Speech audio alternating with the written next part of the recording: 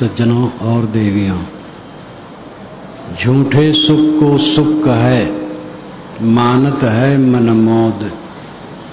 जगत चबैना काल का, कुछ मुख में कुछ गोद।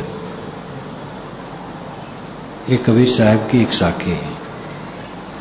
झूठे सुख को सुख कहे, जो झूठा सुख है उसको सुख कहता है। मानत है मनमोद, मन में बहुत खुश होता है विषयों की अनुकूलता पा करके। लेकिन जगत तो काल का चबैना है, कुछ मुख में कुछ गोद। चबैना जब हम खाते हैं तो गोद में एक पात्र में लिए रहते हैं और दाहिने हाथ से उठा उठा के खाते हैं, बाएं हाथ में लिए रहते हैं पात्र।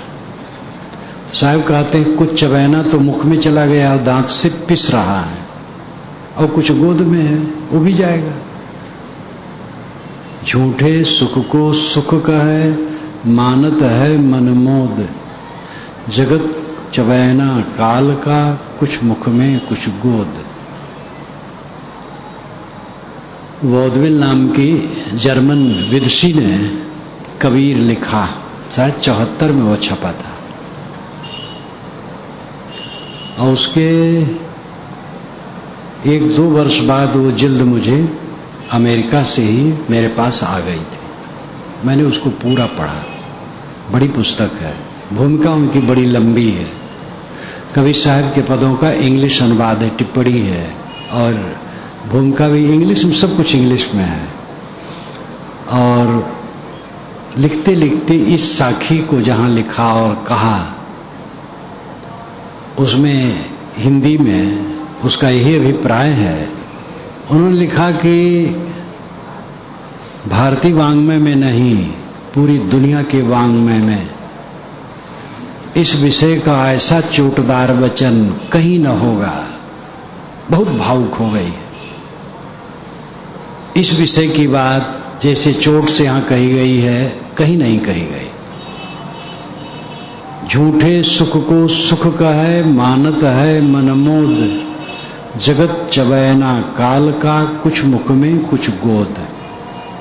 उन्होंने बीजक का नहीं लिया था। अब की बार वो बेचारी बहुत कुछ काट छांट के निकाल करके बीजक का ले करके फिर से वो छापी। बहुत प्रसिद्ध विदुषी है पश्चिम जगत की, और उसने गलान भी की है कि मैंने बीजक का नहीं ले पाया था, तो फिर से बीजक का उसने लिया है। मैं तो समझता था उसको रहने देना चाहिए, लेकिन उसका छापना बंद करवा दिया है। वो भाव विभोर हो गई इसमें। इस ढंग का वचन इस विषय में कहीं नहीं कहा गया है। झूठे सुख को सुख है, मन में खुश होता है। जगत तो काल का चबैना है, कुछ गोद में है, कुछ मुख में चबा रहा है। किसमें खुश हो रहे हो? कौन हासो किमानंदो नित्यम पज्जलते सति, अंधकारेणो नद्धा पदीपम न गवेशत। ये तथागत बुद्ध की वाणी धम्म पदम में बुद्ध क्या कहते हैं मेर है। धम्म पदम का नाम मैंने मोटा रखा है। बुद्ध क्या कहते हैं? कौन हासो, क्यों हंस रहे हो? किमानंदो, क्यों आनंदित हो रहे हो? नित्यम पज्जलते सति, निरंतर सर्वत्र काल की आग लगी हुई है। अंधकारेणो नद्धा, अंधकार से घिरे हो। पदीपम न गवेशत, प्रकाश नहीं खोजते हो। क्या टिकता है? जितने यहां वृद्ध चेहरे हैं, ये सब किसी दिन 20-22 बरस की जवानी में दमकते थे। आज वो कहां पाएंगे उसको? कल जो वहां कबीर जयंती में उपस्थित थे, एक छोटा सा कार्यक्रम कबीर जयंती में किया जाता है, कल वो था। अब उन चेहरों को हम खोजे, वहां कोई नहीं, सब चले गए। अगर हम रोए, फलाना भैया बड़ा प्यारा था, बड़ा ऐसा था, वो कहां गया, वो कहां गया, किसके लिए रोए? कौन साथ में आएगा? एक सज्जन जिनका रिटायरमेंट हो चुका है, एक लड़का है और वो चाहते हैं मैं आपके पास रहूंगा। मैंने समझाया उनको, इस उम्र में घर छोड़ने की जरूरत नहीं, घर में रहो, साधना करो। मोह नहीं मिटेगा, कैसे नहीं मिटेगा? मैंने उनको कहा देखो मेरा ये आश्रम तुम्हारे घर से बड़ा है, तुम्हें छोटे घर का मोह छोड़ना और एक लड़के का मोह छोड़ना है, और मुझे तो ये बड़ा आश्रम का मोह छोड़ना है और 100 लड़के हैं उनका मोह छोड़ना है, और 100 नहीं है, बहुत ज्यादा है। 100 तो मैंने साधुओं को लेके कहा, भगत लोग भी तो वैसे मेरे लड़के हैं, वो सबका मोह छोड़ना है। तो अगर मैं 100 और हजारों का मोह छोड़ करके इस आश्रम का भी छोड़ करके कल्याण कर सकता हूं, तो तुम एक लड़का और छोटा सा घर का मोह कैसे नहीं छोड़ सकते हो? मोह छोड़ना पड़ेगा तभी कल्याण होगा। मोह करेंगे तो हम भी फंस जाएंगे, ज्ञान हमारा काम नहीं करेगा। मेरी पुस्तकें हजारों वर्ष लाखों लोगों को लाभ देती रह सकती हैं, और इन पुस्तकों के मनन चिंतन से बहुत से लोग जीवन मुक्त हो सकते हैं, लेकिन मैंने अगर त्रुटि की तो मैं बंध जाऊंगा। किताब काम नहीं करेगी, प्रचार काम नहीं करेगा, और ये मेरा झूठा नाम काम नहीं करेगा। नाम झूठा है, अभिलाष, मात्रा और वर्ण का जोड़, वो तो मैं नहीं हूं। कागज पर जो स्याही अंकित कर दी जाती वो भी तो मैं नहीं हूं। और जिस हड्डी के और चाम के ढांचे का वो नाम है, वो ढांचा भी मैं नहीं हूं। विश्लेषण करूं तो अभिलाष नाम की वस्तु कोई है नहीं, और ये भ्रम कि अभिलाष की प्रशंसा हो रही है। अगर अभिलाष की प्रशंसा हो रही तो मुझे तो एक कौड़ी नहीं मिलने वाली है, क्योंकि मैं अभिलाष नहीं हूं, मैं तो कुछ और हूं। वो अदृश्य है और दृष्टा है। अदृश्य परोक्ष नहीं, अपरोक्ष, यही फर्क है। एक परिभाषा है, ब्रह्म अदृश्य है, अगोचर है, मन वाणी अतीत है, और मुझसे अतीत है। ये परोक्ष ब्रह्म की चर्चा है, ये कल्पना का विषय है, और उसे कुछ मिलने वाला नहीं। दूसरा ब्रह्म अपरोक्ष है, मन वाणी से परे है, और अपरोक्ष है, वो मैं स्वयं हूं। मैं मन वाणी से परे हूं। मन वाणी से मैं जगत को देखता और जानता हूं, मैं स्वयं मन वाणी में नहीं आता हूं। यन मनसा न मनुते नाहुर मनोमतम तदेव ब्रह्मत्वम विद्य नेदम यदम उपासते। यन मनसा न मनुते यत मनसा न मनुते, जिससे मन द्वारा जिसको नहीं माना जा सकता, जाना जा सकता, किंतु जिसके द्वारा मन माना हुआ है, तदेव ब्रह्मत्वम विद्य, उसी को तो ब्रह्म जान। नेदम यदित उपासते, न कि जिसकी तू मन से कल्पना करके उपासना करता है। मन से ब्रह्म को नहीं जाना जा सकता, किंतु ब्रह्म द्वारा ही मन माना जाता है। इसलिए मन से मान करके जिसकी उपासना करता उससे कल्याण नहीं होगा। जो मन को मानता उसको समझ। यक्षुषा न पश्यति इन चक्षुंस पश्यत तदेव ब्रह्मत्वम विद्यनेदम उपासते। आंखें जिसको नहीं देख सकती, किंतु जिसकी सत्ता से आंखें देखती हैं उसको तो ब्रह्म जान। आंखों से देख करके जिसकी तो उपासना करता हो ब्रह्म नहीं। यद वाचा नभ्योदितम एन वाग्यभ्योदते तदेव ब्रह्मत्वम विद्यनेदम यदम उपासते। जो वाणी द्वारा प्रकट नहीं होता है, किंतु जिससे वाणी प्रकट होती है उसको तो ब्रह्म जान। और वाणी से प्रकट शब्द की जिसकी तो उपासना करता वो ब्रह्म नहीं है। ये केन उपनिषद में कहा गया, अशब्दम मरूपम अगंधम, शब्द स्पर्श रूप रस गंध से वो अतीत है। मन इंद्रियों से नहीं जाना जाता, लेकिन वो कौन है? मैं मन से नहीं जाना जाता, आंख से नहीं देखा जाता, दृष्टा स्वयं दृश्य में नहीं आता। मैं तो दृष्टा हूं, दृश्य नहीं हूं। तो मन वाणी से अतीत ब्रह्म है, लेकिन वो मैं के रूप में है, पर के रूप में नहीं। पर वाला परोक्ष वो काल्पनिक है, भटकना है उसमें। इसलिए ऋषियों ने अहम ब्रह्मास्मि कहा, मैं ब्रह्म हूं। तत्त्वमसि, वह तू है। अयम आत्मा ब्रह्म, ये आत्मा ब्रह्म है। प्रज्ञानम ब्रह्म, ज्ञान ब्रह्म है। उत्तम पुरुष, मध्यम पुरुष, अन्य पुरुष, ये तीन पुरुष माने जाते हैं संस्कृत में। उत्तम पुरुष मैं, मध्यम पुरुष तू, अन्य पुरुष यह, मैं तू यह। अहम ब्रह्मास्मि, ये उत्तम पुरुष है। तत्वमस, वह तू है, ये मध्यम पुरुष है। अयम आत्मा ब्रह्म, ये अन्य पुरुष है। लेकिन तीनों का लक्षण एक में है, प्रज्ञानम ब्रह्म, ज्ञान ब्रह्म है। मैं ज्ञान हूं, तुम ज्ञान हो, ये ज्ञान है। ज्ञान ब्रह्म है, आप ज्ञान स्वरूप है। आप में स्त्री और पुरुष नहीं है, आप में काला गोरापन नहीं है, आप में ब्राह्मणत्व शूद्रत्व नहीं है, हिंदू मुसलमानत्व नहीं है, बालकपन और वृद्धत्व नहीं है। आप शुद्ध बुद्ध निर्मल हैं। देह धर करके, देख देख करके, सुन सुन करके, मान मान करके, नई नई आदत बना बना करके आसक्ति और स्मृतियां बनी हैं, वही रात दिन काटती हैं। और जिनकी स्मृतियां हो रही हैं, जिनकी आसक्ति बनी है, उनसे हमारा दूर का भी संबंध नहीं है। जहां शरीर छूटा पता नहीं लगेगा। साथी का छूट गया तो उसको हम खोज नहीं पाएंगे, मेरा छूट गया तो नहीं खोज पाएंगे। और छूटना है, रात दिन छूट रहा है, सबका छूट रहा है, कौन यहां स्थिर रहता है?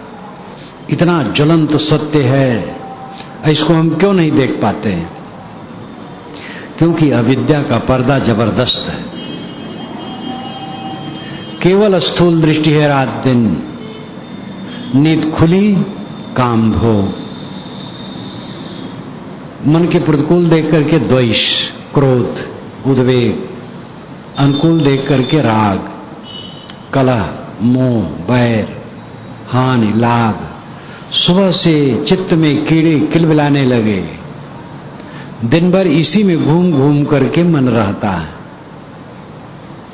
इसका परिणाम क्या होगा? दैहिक बुद्धि, देही सच, आत्मा का ख्याल नहीं।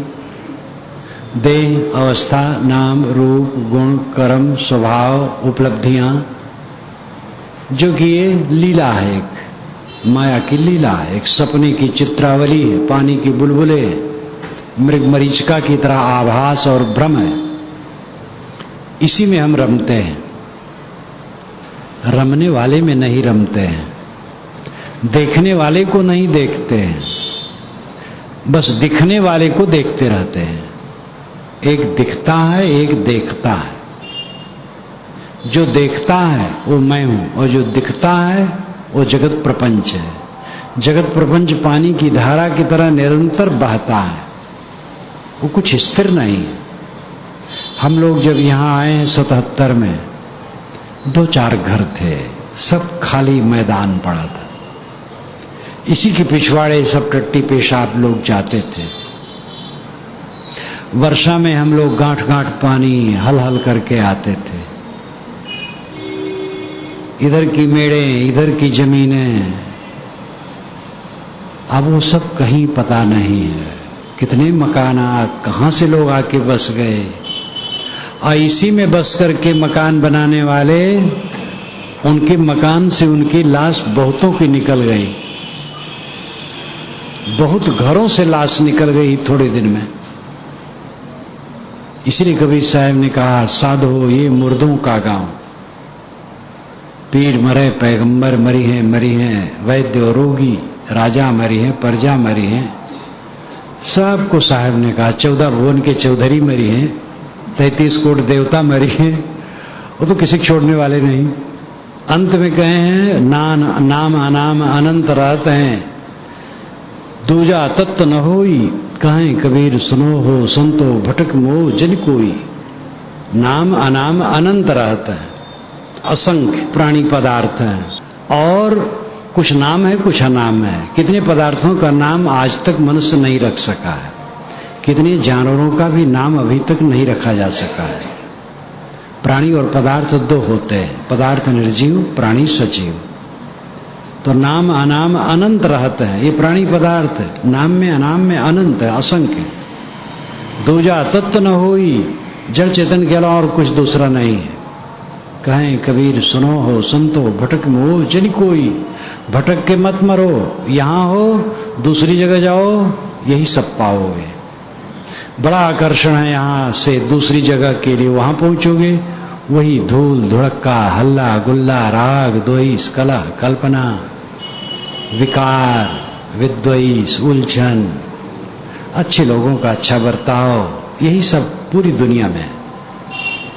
कहीं कुछ मिलने वाला नहीं, चारों तरफ से मिलती है खुराफात। आदमी का चित्त निरंतर उद्वेगित रहता है जो कुछ मिलता है, देखता है, सुनता है, याद करता है, स्मृति में संजो के रखता है, उसी को रात दिन उठाता धरता है और अपने पर ध्यान नहीं जाता है। आपने देखा है, सुना है, भोगा है, पाया है, उसी की स्मृतियां, उसी के अध्यास, उसी की वासना जमी है। उससे क्या मिलता है? क्लेश क्लेश क्लेश। लब्ध्वाप्चा बहुन लाभान सुखं भुक्त्वा चिरान्नपि, रिक्त हस्तश्च नग्नश्च यासाम मुस्तो यथा। जीवन में बहुत लाभ पाया, लब्ध्वाप्चा बहुल लाभान सुखं भुक्त्वा चिरान्नपि, चिरकाल से 20 30 50 वर्ष से सुख भोगा, लेकिन अंत में क्या हुआ? रिक्त हस्तश्च नग्नश्च, खाली हाथ नंगे बदन, या साम मुस्तो यथा, मुसित की तरह जाना पड़ेगा। मुसित, मूसक मुसित, मूसन चूहा चुरा लाता है दूसरे के अनाज को, खेत में बालियों को काट काट के बिल में रखता है, इसलिए चूहे को मूसक कहा गया। और जिसका चुरा जाए उसको मूसित कहते हैं। मुसितो यथा, जैसे किसी आदमी की सारी संपत्ति छीन कर नंगा करके खदेड़ दिया गया हो, वैसे आपकी दशा अंत में होगी, पक्का समझ लो। अगर घड़ी है हाथ में तो घड़ी निकाल ली जाएगी, चेन है गले में निकाल लिया जाएगा, और भी सब शर्ट पैंट सब निकाल लिए जाएंगे, एक कपड़ा लपेट दिया जाएगा मर्यादा के लिए, नहीं तो वो भी न लपेटते। और या तो गड्ढे में, या तो आग में, या तो पानी में। पारसी लोग खुले में रख देते हैं, जानवर खा लेते हैं। फुटंत फुकंत लुटंत गड़ंत बहंत जरंत, यही सब होता है, इसको कोई रोक नहीं सकता। इस दिन की याद हम क्यों नहीं करते? भय करते हैं। मौत की याद न करो और कुछ भी याद हो जाए। विवाह की याद करो, जन्म दिवस की याद करो। अब विवाह दिवस चलने लगा है धनियों में, बड़े बड़े नगरों में जन्म दिवस लोग मनाने लगे हैं खूब धूमधाम से। अब विवाह दिवस धनियों शुरू हुआ है। एक 85 वर्ष का बुढ़वा विवाह दिवस मना रहा था, तो लोग कहते थे ये मूर्खता दिवस मना रहा है। जिस विवाह को भूल जाना चाहिए उसको मनाने की जरूरत है। जन्म दिवस भी क्या मनाना? मृत्यु दिवस की तैयारी करो, जो पर्व का दिन है। मृत्यु दिवस पर्व का दिन है। जीवन भर का रिजल्ट उस दिन आना है, और मेधावी छात्र रिजल्ट के दिन के लिए बड़ी बेताबी से प्रतीक्षा करता है, और कायर विद्यार्थी भयभीत है। वो सोचता रिजल्ट का दिन न आवे। सब कायर हैं क्योंकि मृत्यु से भयभीत है। जो वीर होगा मृत्यु प्यारी होगी। साहब ने कहा, जय मरने से जग डरे, मेरे मन आनंद, कब मरी हो कब पाई हो पूर्ण परमानंद। जीवन मुक्त को भी जब तक शरीर है तब तक ताप, ठंडी, भूख, प्यास, मच्छर काटते हैं, ये सब तो सहना पड़ेगा। जर बुखार हो जाए, शरीर में कहीं दर्द हो जाए, बड़ी व्याधियां भी संतों को भी हो जाती हैं। लोग संत के पास जाते, महाराज आशीर्वाद दे दो हमारी बीमारी दूर हो जाए, और संत बेचारे स्वयं बीमार हो जाते हैं। किसी के आशीर्वाद से बीमारी नहीं दूर होती है। बीमारी दूर करने के लिए संयम रखो, औषध करो, झाड़ फूक के चक्कर में ना पड़ो। इन देवियों को किसी किसी को बच्चा नहीं होता है तो अपने बड़ी अभागिनी मानते हैं, और दूसरी स्त्रियां और स्त्रियों में ज्यादा है, पुरुष बल्कि कम कहेंगे। एक बुढ़िया को मैंने देखा, कहते बहिनी, आज एक निर्वंशिन का मुख मैंने सुबह देखा तो 1 बजे तक पानी नहीं मिला। निर्वंशिन का मुंह, हम लोग तो वज्र निर्वंशी हैं, साधु लोग, इनके पास क्यों आते हो? हम लोग बड़े अशुभ हैं। वंश वाला देखना चाहो तो सुकरी को देखो, 12-12 बच्चे एक बार में देती है। दीमक रानी हजारों अंडे देती है। मुर्गी भी जब अंडे देने लगती तो 1 अंडा रोज देती है, उसके दर्शन करो। वंशी निर्वंशी से कोई हानि लाभ नहीं है। जिनको वंश है, मजबूर है, कहां जाएंगे? सेवा करें, रिझे उखीझे जिंदगी भर उन्हें उलझे रहें, कहां जाएंगे आखिर? जिनके वंश नहीं है वे समझे आधी झंझट में पड़े, अवाधी झंझट से प्रकृति ने रोक दिया। पहली झंझट है विवाह, दूसरी झंझट है बच्चे। आप कहेंगे वाह, ये झंझट न होती तो समाज कहां बनता? आपकी बात मैं मानता हूं, लेकिन मेरी बात आपको भी मानना पड़ेगा। विवाह की झंझट में पड़ी कि नहीं? अब अगर बच्चे नहीं हुए तो अच्छा हुआ, प्रकृति ने रोक दिया। आधी झंझट में पड़े, आधी झंझट में नहीं पड़े। अब जो बच्चे के झंझट में पड़े हैं बेचारे, भोगे क्या करेंगे, कहां जाएंगे? किसी के बच्चे से कल्याण हुआ उसका? संकट हुआ और कुछ नहीं हुआ। सेवा करो, ताबेदारी करो, जिंदगी भर रीझो खींचो और लड़ते झगड़ते मर जाओ और कुछ नहीं। बच्चे नहीं होते क्यों परेशान हो? आज तो बच्चों की कम जरूरत है, इसलिए गर्भस्राव हो रहा है। तो किसी के बच्चे न हो तो दुखी होने कोई जरूरत नहीं। जगत में बड़ी बड़ी गलत प्रथाएं चल पड़ी हैं। विधवा स्त्री को नहीं देखना चाहिए।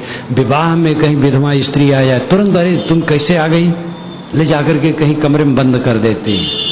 लेकिन विधुर पुरुष नहीं, वो अशुभ नहीं है, क्योंकि पुरुष प्रधान देश समाज, बस पुरुष लोग एकांगी लिख दिए। विधवा अभागिनी है, विधुर अभागा नहीं है।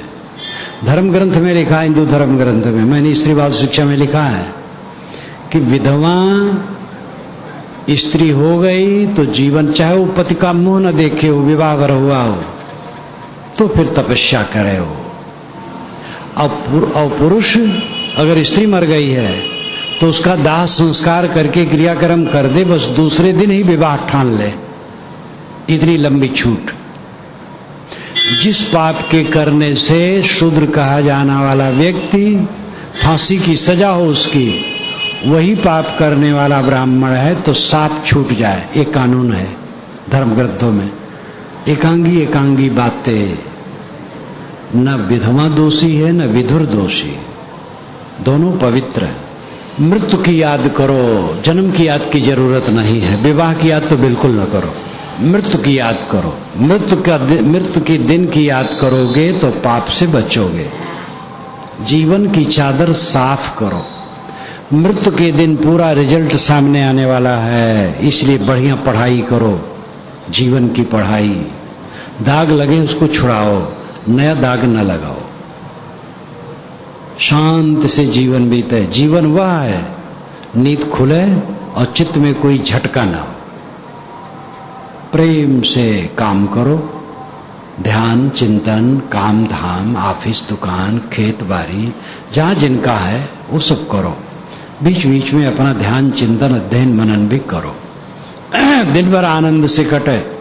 रात में बिस्तर में जाओ, बिना तनाव के नींद आ जाए। सुबह नींद खुले, फिर वैसे। इस प्रकार सुख से सो, सुख से जागो, सुख से जियो और सुख से मरो। ये जीवन का फल है। बड़ा भवन जीवन का फल नहीं है, बड़ा पद जीवन का फल नहीं है, बड़ी विद्या बड़ी प्रतिष्ठा जीवन का फल नहीं है। बहुत लोग हमें जानते हैं, जीवन का फल नहीं। जानना वरना कुछ झूठ हो जाता है। जीवन का फल है तनाव रहित होकर के जीना, शांत होके जीना, आत्मस्थ होके जीना। शय्यासन अस्थो अथ पथ भजन व स्वस्थ परिक्षीण वितर्क जाला संसार वीक्षे मीक्षमाणा स्यात् नित्य मुक्तो अमृत भोग भागी। शैया पर लेटा हो, आसन पर कुर्सी पर बैठा हो। शैया आसन अस्थो अथ पथ भजन, रास्ते में चलता हो, स्वस्थ हो, अपने में स्थित हो, शांत आत्मा हो, लेटा हो बैठा हो, खड़े बैठे लेटे उठान, कहीं कबीर हम एक समान।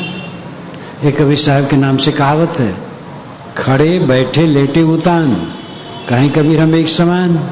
सब समय प्रशांत, शैया आसन अस्थोत्पथ भजन व अस्वस्थ। शैया पर लेटे हैं, आसन पर कुर्सी पर बैठे हैं, रास्ते में चलते हैं, प्रशांत है। परिक्षीण वितर्क जाल है, वितर्क जाल परिक्षीणो। वितर्क जाल रिएक्शन, प्रतिक्रिया, तनाव, क्लेश चित्त का।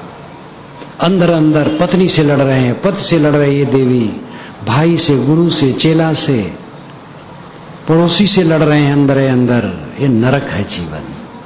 किससे लड़े? अंदर लड़ो, मन से लड़ो, दूसरे से न लड़ो। परिक्षीण वितर्क जाल है, वितर्क जाल परिक्षीणो, चित्त का उद्वेग शून्य। परिक्षीण वितर्क जालास संसार भी क्षय में ईक्षमाण, संसार भी क्षयम ईक्षमाण। ईक्षण कहते देखने को, ईक्षमाणा का अर्थ है देखते हुए। संसार के बीज को नष्ट की दृष्टि से देखते हुए जीना। संसार का बीज क्या है? मोह। सदैव मोह को नष्ट करने की दृष्टि से देखो। जिस प्राणी पदार्थ को देख करके आप मोहा रहे हो, वो प्राणी पदार्थ वैसे नहीं रहेंगे, गल जाएंगे, बिगड़ जाएंगे, विकृत हो जाएंगे। मनुष्यों के मन बदल जाएंगे, तन बदल जाएंगे, वस्तुएं बिगड़ जाएंगी, छिन जाएंगी, अपना शरीर बिगड़ जाएगा।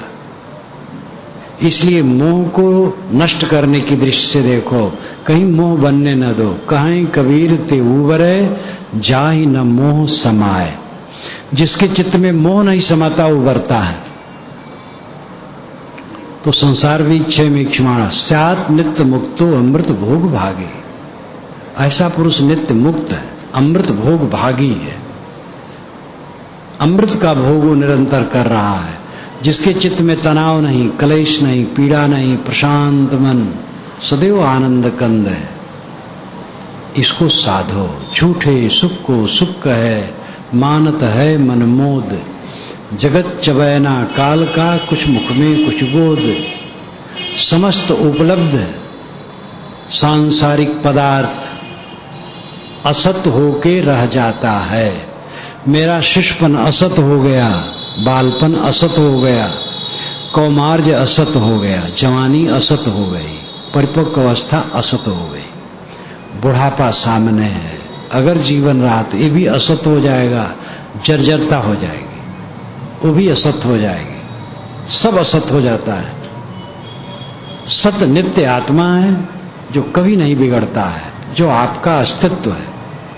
उसको समझो सत्संग द्वारा, स्वाध्याय द्वारा, चिंतन द्वारा। सभा में तो आपको ठोकर दिया जाता है, जगो। सभा में सुन करके पूरा काम नहीं होगा। इसमें आपको भूख लगनी चाहिए और स्वयं अपनी तरफ से उत्सुक हो जाओ।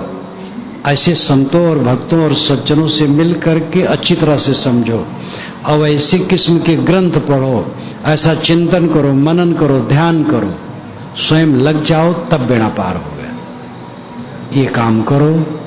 झूठे सुख में कोई उलझो मत। ये सुख ही दुख बनता है। जो सुख चाहे वो सुख से अपना पिंड छुड़ा ले। जो सांसारिक सुख है उसका प्रलोभन छोड़ देने वाला अनंत सुखी हो जाता है। सुख मान करके सारा पाप होता है। प्राणी पदार्थों और उपलब्धियों में सुख मानकर न मालूम कितना कितना दुराचार हो रहा है। विवेकवान सहज जीवन जीता है और निष्काम होकर के महासुखी हो जाता है। इसलिए इन बातों पर ध्यान करें, चिंतन मनन करें, अपना काम करें। मैं अपनी वाणी को विराम देता हूं।